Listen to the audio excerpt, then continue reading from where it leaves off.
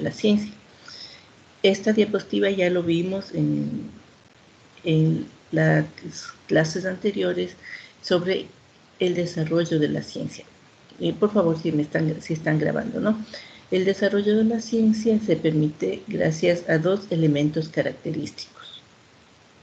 Que el planteamiento de los problemas que nosotros hagamos sean de carácter resoluble, es decir, que en las condiciones actuales podamos resolverlos, que sean accesibles a su resolución,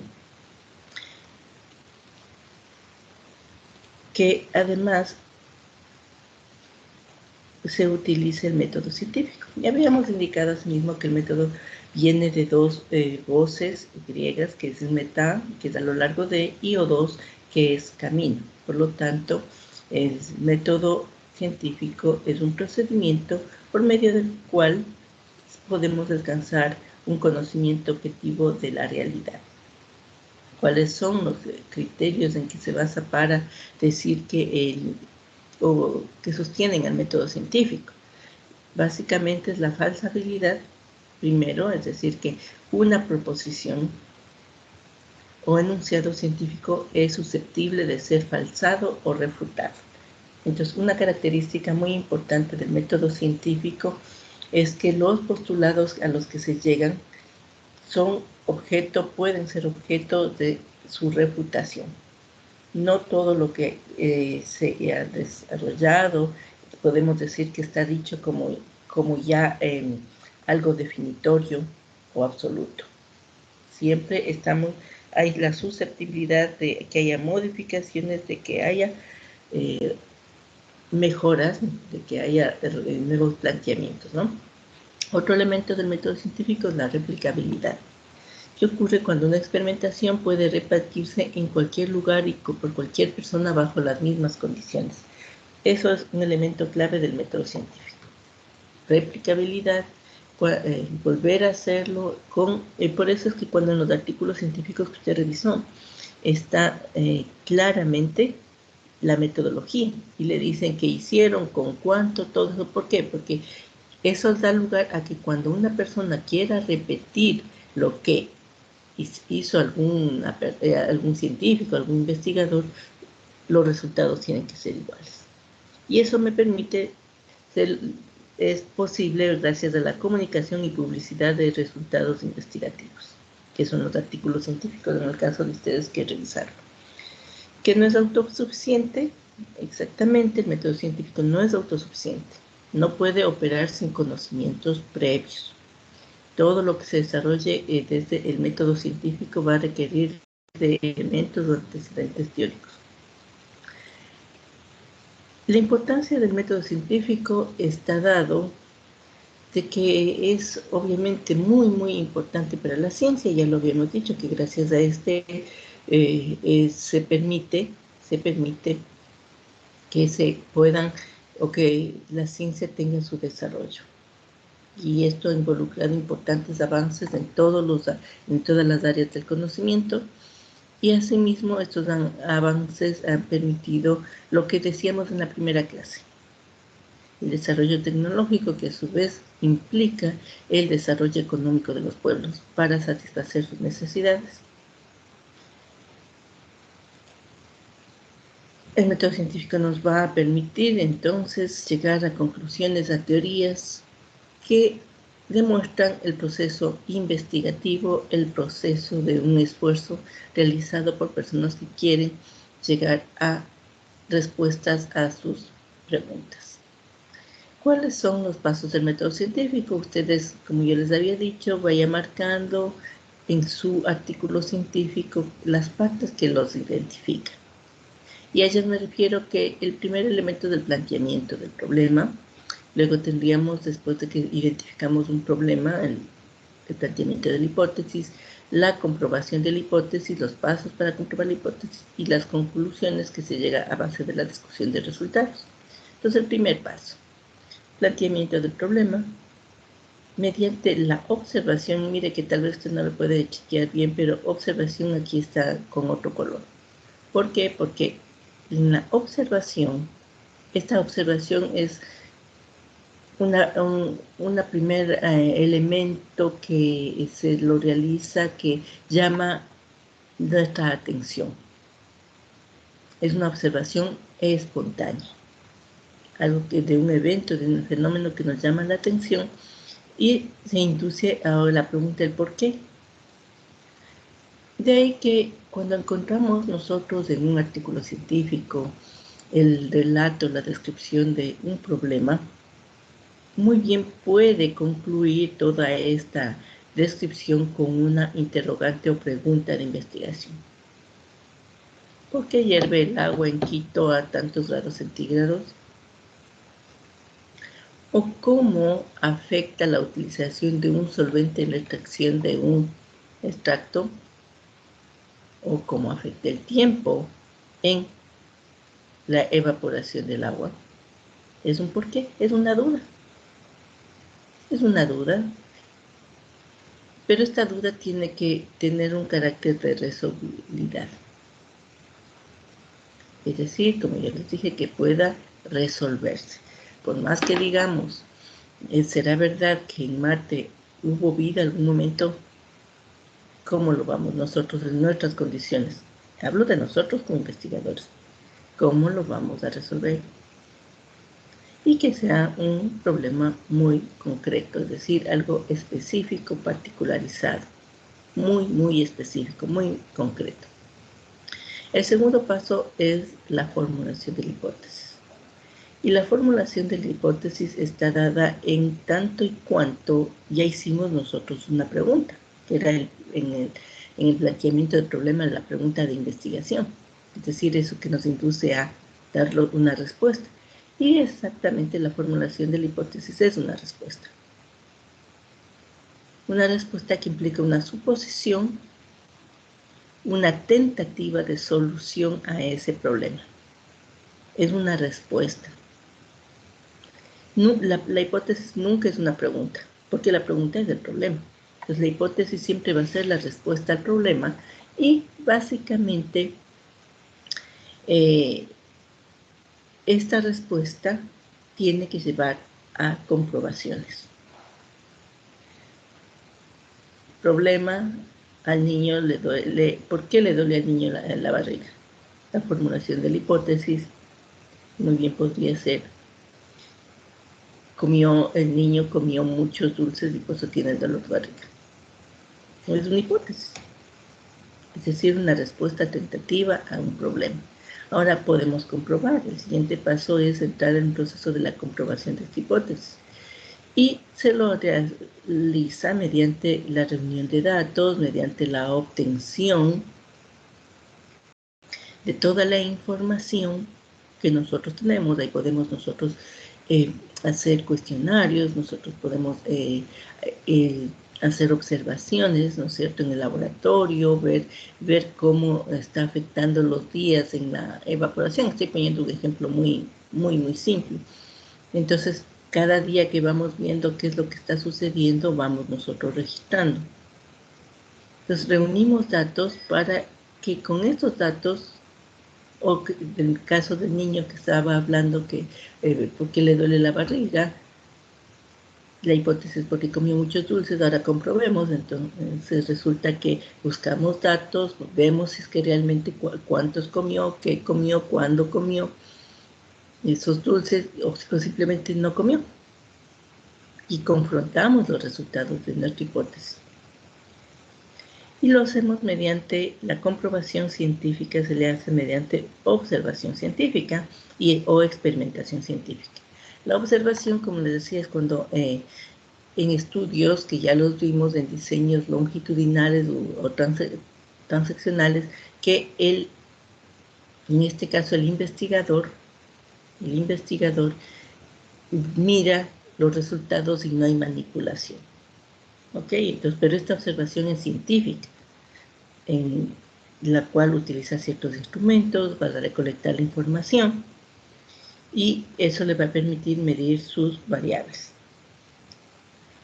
Ahora, si yo estoy hablando de variables, quiere decir que el método científico este método científico en particular, con estos 4 pasos, estoy yo dirigiéndome a lo que correspondería a paradigmas cuantitativos, a diseños de paradigma cuantitativo, porque ahí tengo variables, o pueden ser mixtos, que tengo cualitativo, cuantitativo, pero no tengo esta observación científica y esta experimentación mucho menos, porque la experimentación es, en cambio, desarrollar, recoger los datos en nuestro laboratorio en base a la manipulación de las variables. Aquí tendríamos todo lo que es experimentos puros, los preexperimentos, los cuasi experimentos. Es decir, en estos dos momentos yo me voy a encontrar con los diseños cuantitativos. Y en la experimentación, ahí yo tengo la posibilidad de manipular las variables. Entonces, es una observación científica distinta a la primera observación, que era una observación eminentemente espontánea. Entonces, puedo yo hacerlo, el trabajo en el laboratorio, observamos lo que nos dan los datos, recogemos, vemos lo que distintos factores pueden afectar, como dice aquí la luminosidad, la temperatura, y esos pueden ser controlados, de hecho deben ser controlados por el investigador, y puede repetirse, pueden hacerse algunos tratamientos como sean necesarios. Una vez que tengo la información, trato esos datos, analizo con estadística y construyo tablas de gráficos, tablas de datos, ¿no? Para llegar a las conclusiones. Si los resultados concuerdan con una hipótesis, entonces la hipótesis se avala, se confirma. Si los resultados no avalan, ¿qué tiene que hacer? No es que la investigación se eche al tacho de la basura. No, esos resultados son muy, muy importantes para que quede por escrito de que el mecanismo que tal vez nosotros utilizamos, el método que utilizamos, el instrumento que utilizamos tal vez no era el adecuado. Y eso tiene ya que servirles a otras personas. Entonces también se divulgan resultados que no han concordado con nuestra hipótesis. Y finalmente, entonces, las conclusiones a las que lleguemos van a constituir esos elementos teóricos que se los divulga. Aquí yo tengo un artículo científico, igual que usted hizo la tarea, consistía en lo siguiente. Entonces, tengo yo un artículo científico en la revista argentina de microbiología, que se titula Resistencia a los antimicrobianos de aislamiento de Escherichia coli obtenidos en cerdos de la República de Argentina. ¿Ok? Eso estoy indicando el título. Luego voy al primer paso, que es la observación sistemática para poder hacer el planteamiento del problema. Y se concluye, o sea, esto es una extracción, podrían ustedes haber hecho control C, control V, pero en este caso se hizo una extracción para no abundar en información, sobre que en Argentina se vio la necesidad de efectuar un programa de vigilancia y monitoreo de la resistencia antimicrobiana, la cual en otros países se encuentra incrementada, siendo un problema de índole mundial.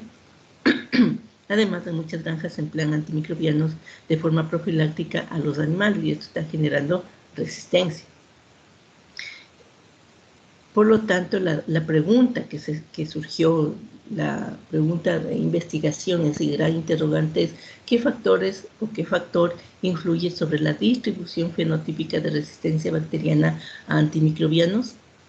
La hipótesis, que es la respuesta a esa pregunta, entonces, es que la distribución fenotípica de la resistencia y posiblemente la de sus determinantes genéticos están directamente influenciadas por los tratamientos antimicrobianos utilizados en las granjas de cerdos. Tercer paso, hay que comprobar. Y entonces ahí, para esta comprobación, yo me voy a referir, este estudio se hizo del 2005 al 2006, que se estudiaron a 69 aislamientos provenientes de materia fecal de cerdos de 12 a 23 semanas de vida. Se comprobó el estado de salud y los antibióticos que profilácticamente estaban utilizando.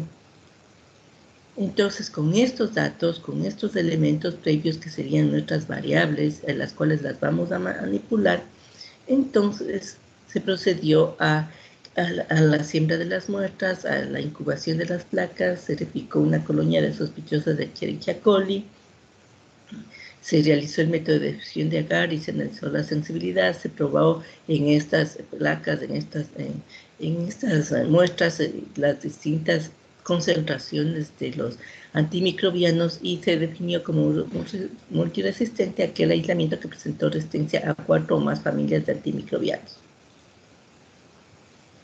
Pero no solamente de eso, entonces hubo un diseño experimental que se lo llevó a cabo, una variable, este diseño experimental estuvo compuesto por esos resultados con las sensibilidades y cada una de ellas los gráficos estadísticos que habíamos dicho después de la observación, y se llega a la teoría, a la conclusión después de hacer la discusión, que la administración de tratamientos de antimicrobianos a los animales, cerdos, incrementa la resistencia bacteriana. Y que se debe continuar con experimentaciones durante más años por diferentes científicos para que puedan llegarse a mejores resultados y mejores actuaciones. Y bueno, aquí tengo otro ejemplo sobre la detección, la observación, como puede ver, el problema que se evidencia, ¿no es cierto?, que identificamos el problema, la hipótesis también, es decir, esa respuesta a ese problema, el proceso experimental que se llevó a efecto, proceso estadístico de revisión de datos, de comprobación de hipótesis,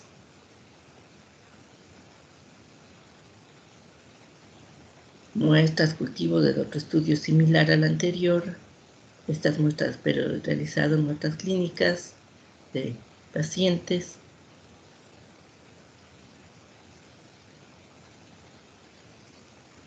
con un cromatograma, resultados, y se llega a la teoría, a la conclusión. ¿Ok?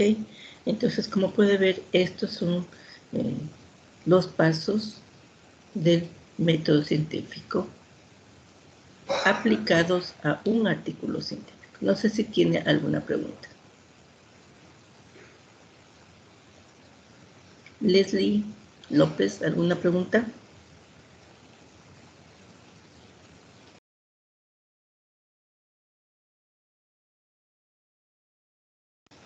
Leslie, por favor.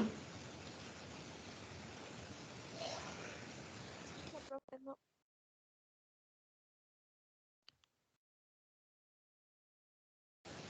Erika Pilataxi, ¿está entendido el método científico? Sí, profe, sí está claro. Ok.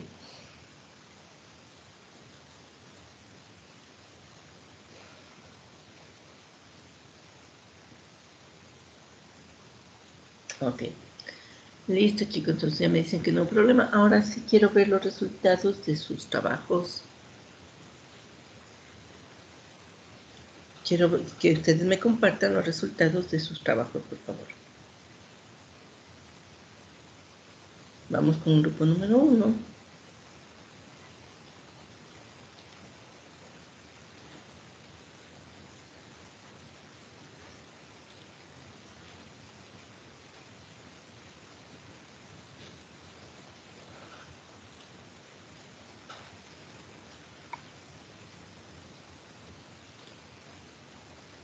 Este trabajo ya tiene que estar subido en el aula virtual.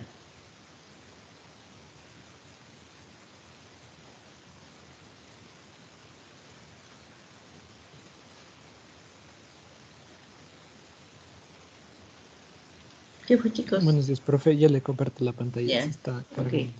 Ya. Muy bien, solo háblenme nomás, porque si no, parece que no me estaría escuchando nada. No, se me trabó un poco el internet nomás, profe. ¿Ya? Discúlpeme. No hay problema. Está bien. Ya, ahora sí me confirma si es que ya está viendo la pantalla nomás, por favor. Solamente quiero que me digan, Sofía Alvarado, ¿estuvo trabajando en el grupo 1? Sí, trabajó con nosotros, profe. Porque no ha Sí, estuvo subido con el nosotros, trabajo. sí. Ay, sí, no sé, profe. Pero sí estuvo con nosotros, sí nos expuso y todo también. Sofía Alvarado, ¿está aquí? Buenos días, profe. Sí, subí el trabajo. No el individual, el grupal. No está.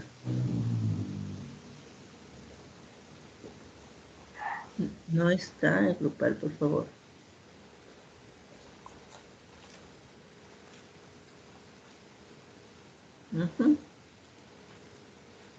Ok, entonces ahora sí, decía, sí, sí está compartido.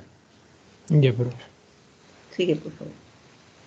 Bueno, entonces, de los 8 temas que expusieron nuestros compañeros, que para mi punto de vista fueron muy interesantes algunos de los temas, pues se terminó escogiendo mi tema que hablaba sobre la medicina nuclear, que es un tipo de medicina en el cual se utilizan distintos tipos de sustancias radiactivas y dispositivos para detección de problemas un poco más complicados o enfermedades que son un poco más difíciles por así decirlo, de detectar de manera muy fácil.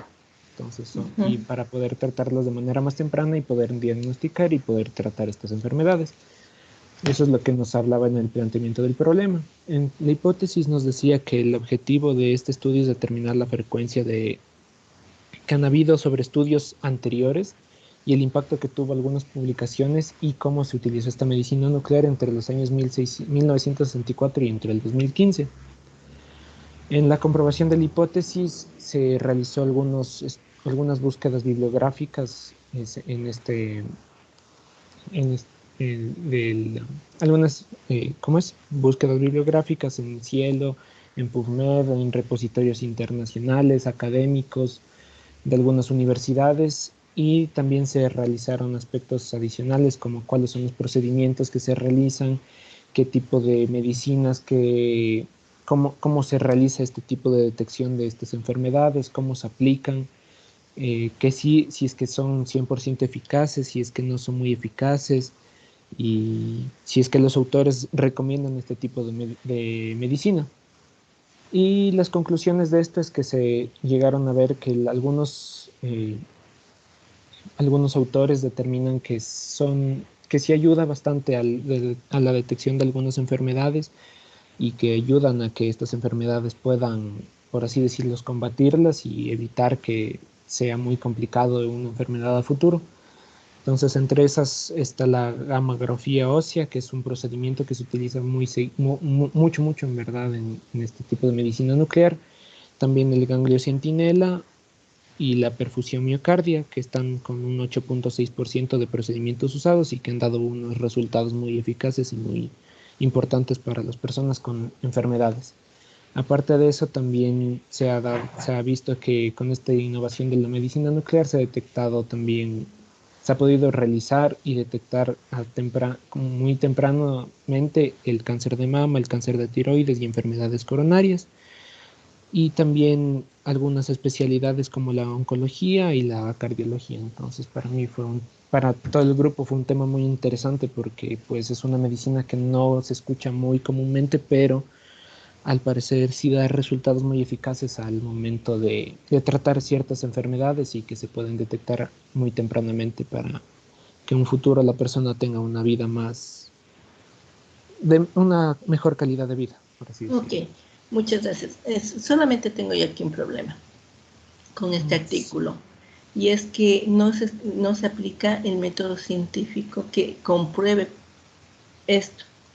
O sea, más bien es cuando ustedes encontraron en la metodología se encontraron que era cualitativa, no es cuantitativa este proceso. Entonces no hay aplicación del método científico, porque para el método científico tienes que utilizar datos, tienes que utilizar eh, porcentajes, medidas de estadísticas, etcétera. Entonces esto más bien tiene que ver con un proceso más narrativo, más descriptivo. ¿Ok? Listo, profe. Gracias. Claro, y obviamente el tema es muy, muy interesante. Sí, profe. Listo. Ujú. Gracias. A ustedes, grupo número 2, por favor.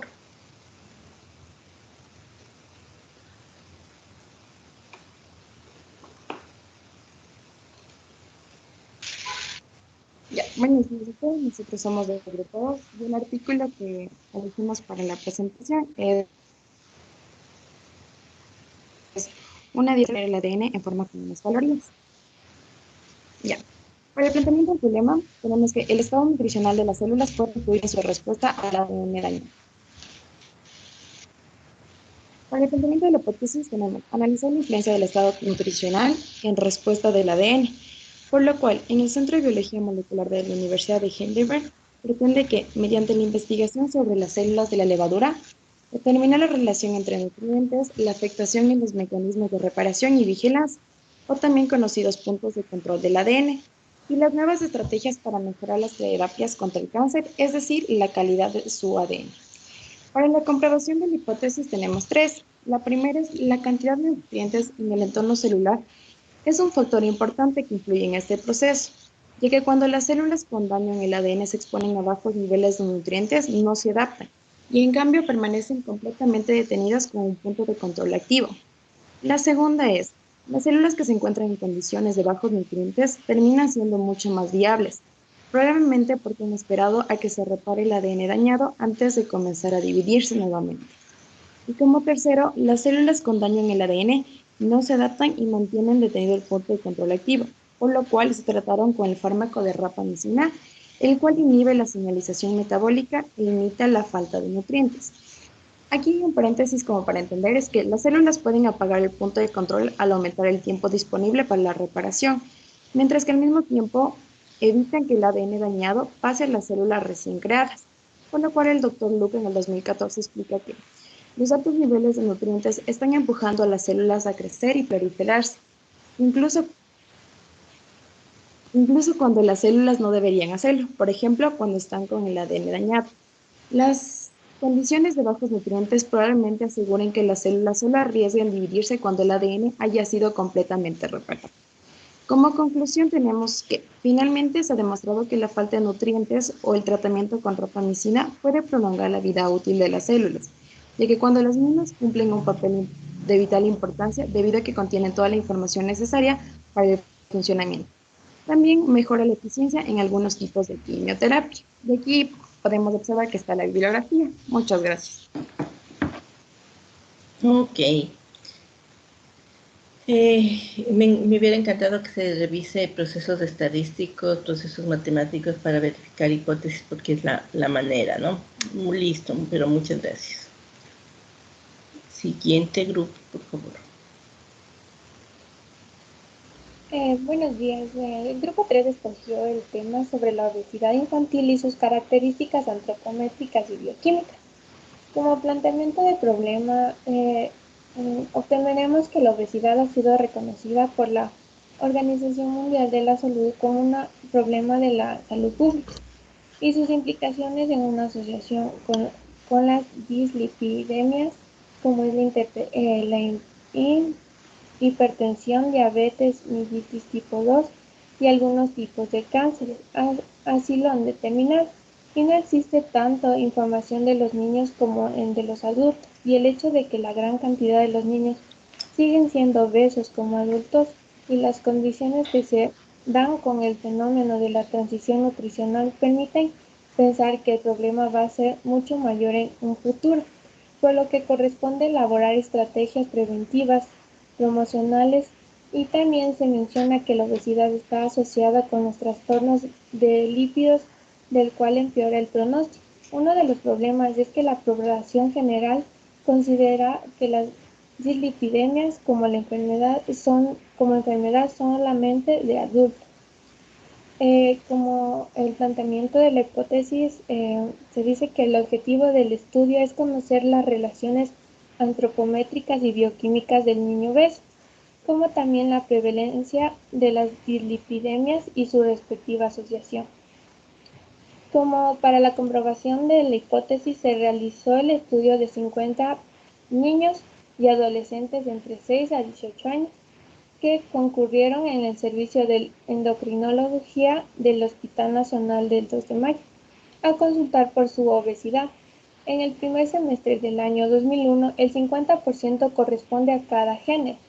El criterio de inclusión para considerarlos dentro del estudio fue que su índice de masa corporal se encontrara por encima del 95% de la población de referencia. Después se excluyó a todo niño que tuviese obesidad de etiología endocrina, y así como aquellos con patologías que pudieran alterar el peso y los lípidos en la sangre. También a los niños de estudio se les tomó el peso y la talla con la finalidad de determinar el índice de masa corporal y además se midió el pliegue tricipal y asimismo el pliegue subescapular y la circunferencia de la cintura. Para identificar a los niños con obesidad se usó la clasificación de Moods, que aquellos valores que estén por encima del 95 percentil se les dosó una sangre extraída por venepuntura, colesterol total y triglicéridos de acuerdo a los métodos establecidos. Se siguió la recomendación por el Programa Nacional de Educación para el Colesterol, especificando su panel de expertos para niños y adolescentes y los niveles de diagnóstico expresados en miligramos sobre de litro son los siguientes. Utilizaron esa tabla de datos para referirse según los estudios y ver cuáles eran deseables, riesgos potenciales y riesgos altos. En conclusión, Watson era un investigador que dio resultados entre los obesos y no obesos utilizando la radiación ultravioleta y de la suplementación con 50.000 UID de vitamina D. Y encontró que la respuesta en el grupo obeso era mucho menor que en el grupo de control. Y en conclusión, la presencia de dislipidemias, en especial la hipertrigliceridemia en los niños obesos es muy preocupante, ya que el riesgo de la salud se ve incrementando. Por otro lado, existen otros tipos de riesgo demostrados en diversos estudios que ameritan medidas preventivas para el mejor camino y para mejorar los factores de riesgo cardiovasculares y por ende una mejor calidad de vida. Ok, gracias. Siguiente, por favor.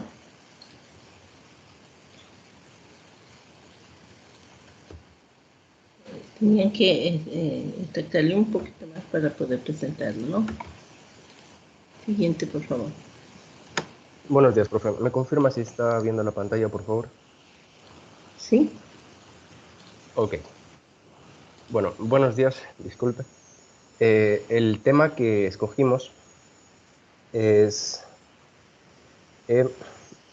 perdón, está por acá. Es el impacto de la actividad física y el deporte sobre la salud, la cognición, la socialización y el rendimiento académico. Sí, entonces en el planteamiento del problema, el artículo nos menciona que el panorama mundial está marcado por una creciente preocupación por las consecuencias que pueda traer consigo la poca práctica de actividad física. Es decir, plantea el sedentarismo como un problema que puede afectar en la cognición de las personas y en el desarrollo de enfermedades crónicas o empeoramiento de estas. Bien, en la hipótesis el artículo plantea una pregunta donde nos dice: ¿la práctica de una actividad física puede mejorar las funciones cognitivas y propiciar un mayor bienestar en personas que padecen de alguna enfermedad mental o que sufren de estrés? En la comprobación, el artículo lo que hace es... solamente recuerdo, ¿no? Les recuerdo que la hipótesis nunca es una pregunta. Nunca. Entonces ahí lo que tú encontraste, la pregunta es parte del planteamiento del problema. ¿Ok? Ok, por favor. Ya, siga, por favor. Ya, en la comprobación el estudio lo que hace es experimentar con un grupo de personas. ¿Sí? Entonces, en un primer estudio, un grupo de voluntarios que durante 60 años llevaron una vida muy sedentaria, se les propone hacer una caminata rápida y sostenida de 45 minutos durante 3 veces a la semana, donde al final se logran mejorar sus habilidades mentales, las cuales suelen declinar con la edad. Si en otro estudio se encontró que la práctica de un deporte por parte de mujeres jóvenes que padecen de anorexia, que es un trastorno mental y alimentario, disminuía algunas de las conductas autolesivas que éstas presentan. En un estudio final, un grupo de jóvenes de la misma edad, género y estrato socioeconómico, eran jóvenes, estudiantes, se ejercitó en el taekwondo tradicional. Después de 6 meses se observó que exhibieron agresiones por debajo de lo normal, menos ansiedad, mayores habilidades sociales, mejora de la autoestima y mayor rendimiento académico. Entonces este es un estudio cualitativo, pues se está centrando en las cualidades de las personas, tanto cognitivas como sociales, y en su conducta. Sí, finalmente el artículo concluye con que hay evidencia de tipo teórica que nos indica que el ejercicio físico tiene una fuerte influencia en factores que no se habían considerado anteriormente, como pueden ser problemas de ansiedad, depresión, disminución del estrés, mejoras de las capacidades intelectuales y cognitivas, todo esto gracias a la actividad física y al deporte.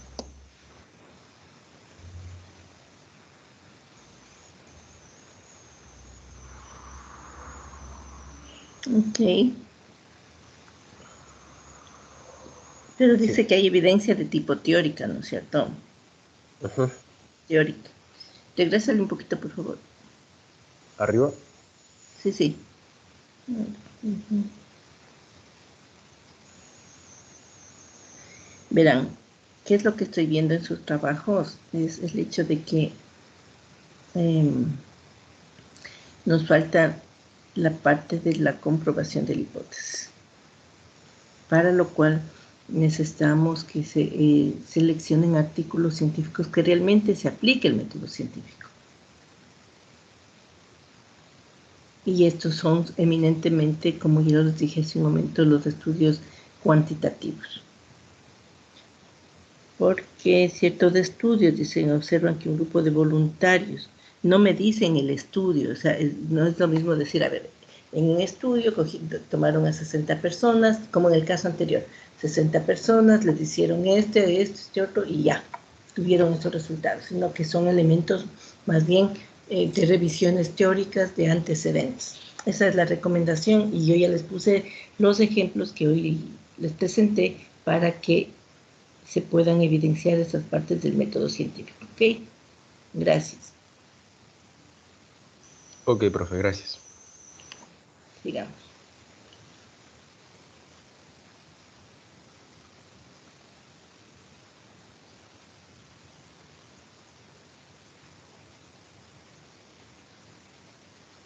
Siguiente grupo, por favor.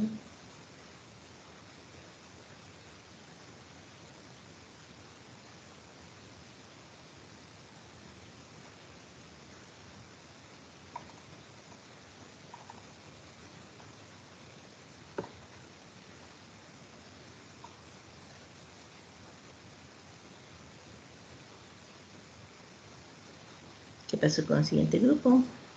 Profe, perdón, no escucha, se me colgó la computadora. ¿Alguien del grupo? Mientras soluciona la compañera.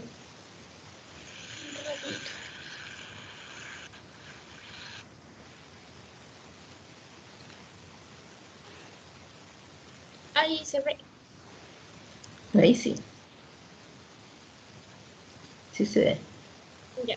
Bueno, nuestro grupo, el grupo número 5 escogió el artículo sobre metales pesados en la cerveza artesanal. De ahí nosotros vimos como planteamiento del problema, la presencia de los metales pesados es uno de los factores que juega en contra de la calidad de una cerveza artesanal. Todo esto por antecedentes de que el consumo y la aceptación de ingesta de bebidas alcohólicas en Ecuador es de 79,2% de cerveza y 20,8% de bebidas destiladas, como son el alcohol, el vodka, el whisky y todo ese tipo de bebidas. El planteamiento sobre la hipótesis fue que los metales pesados inducen a la alteración de propiedades de envejecimiento prematuro de la cerveza, además de causar posibles daños a la salud de consumidores. Y ya.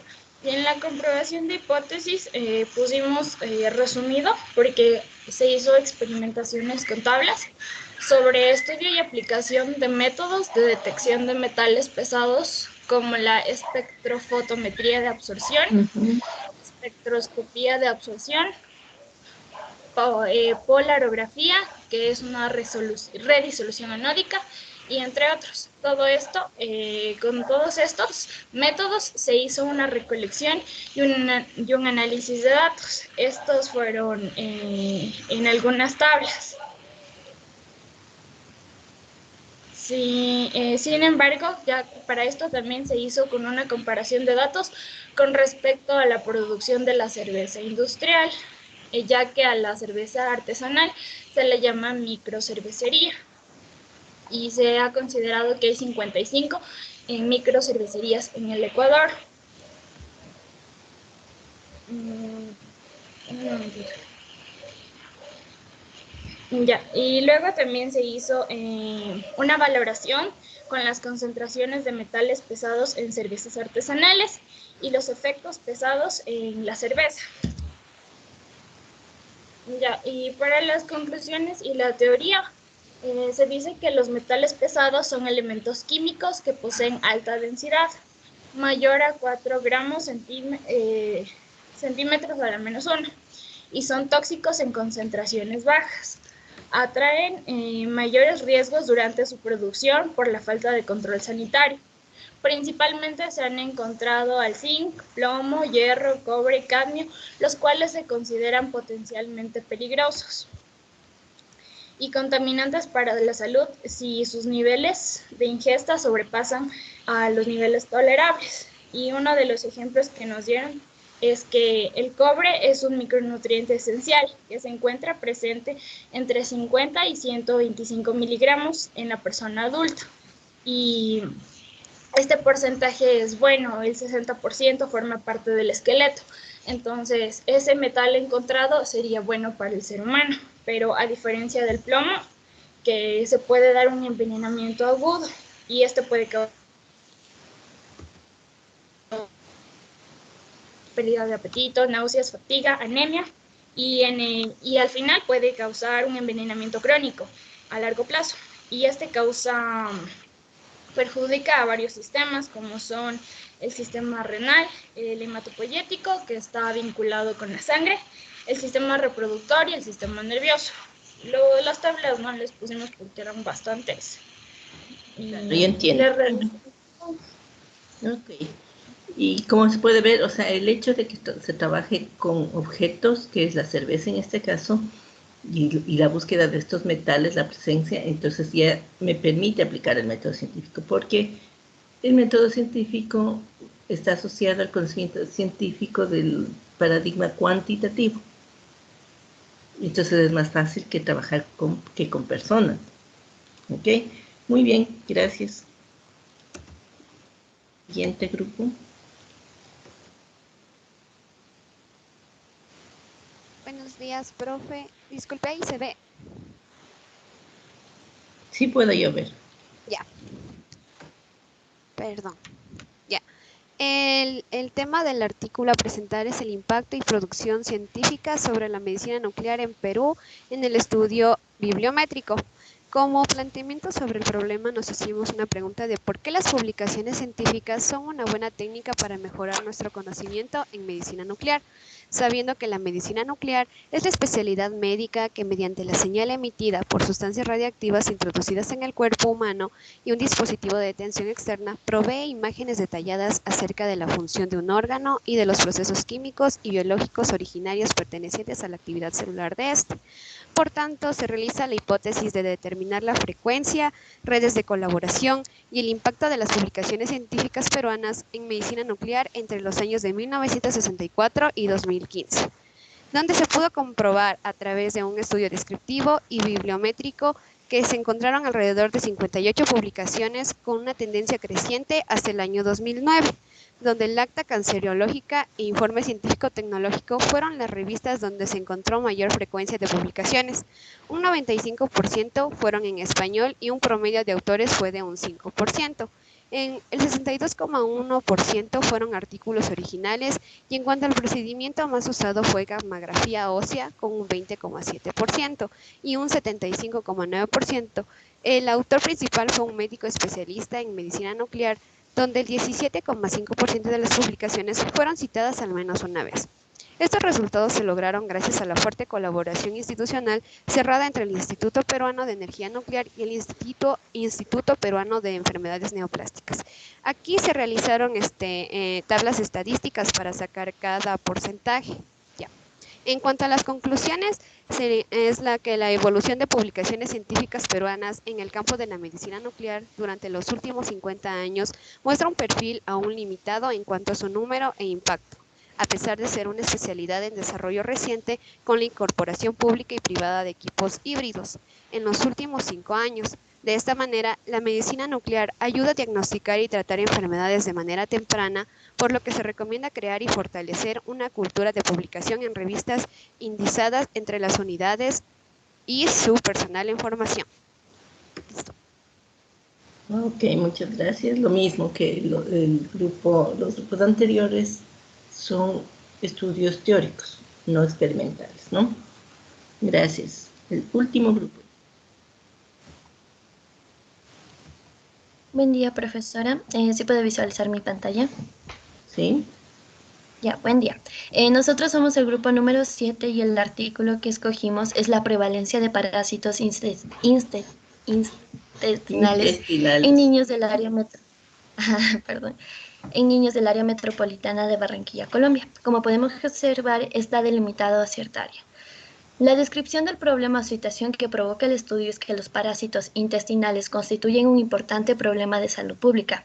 La Organización Mundial de la Salud considera que la infección por Goel-mitos afecta un aproximadamente de 1.500 millones de personas en el mundo y se calcula que 46 millones de niños están en riesgo de contraer infecciones por Goel-mitos en América Latina.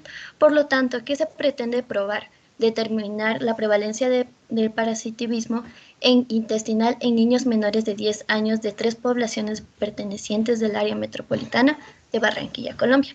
Por lo tanto, vamos a observar los pasos que se siguió para comprobar esta hipótesis, lo cual se dio mediante un análisis de 411 muestras de materia fecal de niños de edades comprendidas entre un mes y un año de edad. Este análisis de las heces se realiza mediante un examen microscópico directo de solución salina fisiológica y con la colaboración del UGOL, la cual esta es una herramienta que se utiliza en los laboratorios. También las muestras con resultados negativos fueron analizadas con métodos de concentración de Formoleter, Richter, y las muestras de consistencia líquida se realizó de forma adicional una tinción de Nielsen-Nexel. Por lo tanto, aquí podemos observar todos los pasos que se siguió para comprobar la hipótesis. Obviamente aquí no van a estar los resultados porque solo los podemos encontrar en las conclusiones. Así que en las conclusiones se pudo determinar que de las 411 muestras fecales analizadas, 186 tenían algún parásito intestinal, es decir, el 45,3%, sin observarse diferencias significativas en la infección relacionadas a la edad de los niños participantes. Además, al comparar el porcentaje de resultados positivos en cada zona de muestreo, se encontró que en el distrito de Barranquilla el 37% de las muestras fue positiva para algún parásito intestinal.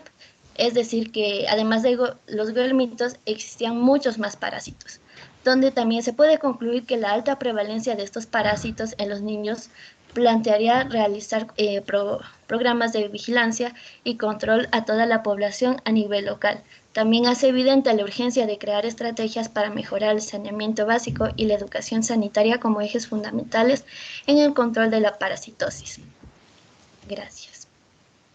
Ok, muchas gracias. Ya es un estudio más bien de corte transaccional cuantitativo, el que ustedes acaban de presentar. Muy bien.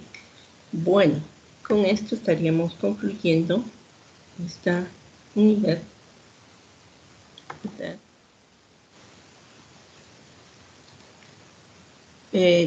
¿Para cuándo habíamos quedado con la evaluación? Creo que es el día, no recuerdo, Tefi, ¿cómo habíamos quedado con ustedes? Porque siempre tengo que mover la evaluación de la unidad número 3 del día de hoy, ¿no sería? ¿Cómo está en la guía? Profe, según la guía dice que es para el 26. Para otra semana. Profe, disculpe, el control de lectura está para el 26, de ahí la prueba creo que pone para el 28. A ver, déjenme chequearla. A ver, vamos a ver. Me voy a descargar nuevamente la guía de aprendizaje número 3. Lo que pasa es que se acuerdan que se le ajustó por efectos de... Se adelantó con ustedes. Tengo reunión en Teams para revisión de control paradigmas y diseños. Estamos hoy en la reunión de casos del método científico. Y la evaluación para el 28. Tienes razón. Entonces la próxima semana tendríamos solamente el control de lectura, o sea, tendríamos control de lectura. Algo, podríamos hacer una breve revisión de los contenidos, el control de lectura, y la próxima semana empezaríamos con la unidad número 4. 28, ¿qué día cae, chicas? Sábado, profe. Ya, con ustedes habíamos quedado que no sea, o con ustedes sí les tomo los sábados. Sí, no, ustedes sí les tomo los sábados. O viernes. No, sábado. Los viernes, profe. Sí, en las horas del viernes, profe. Ok. Entonces, esta vez también lo organizamos así para ese viernes. Sí, profe.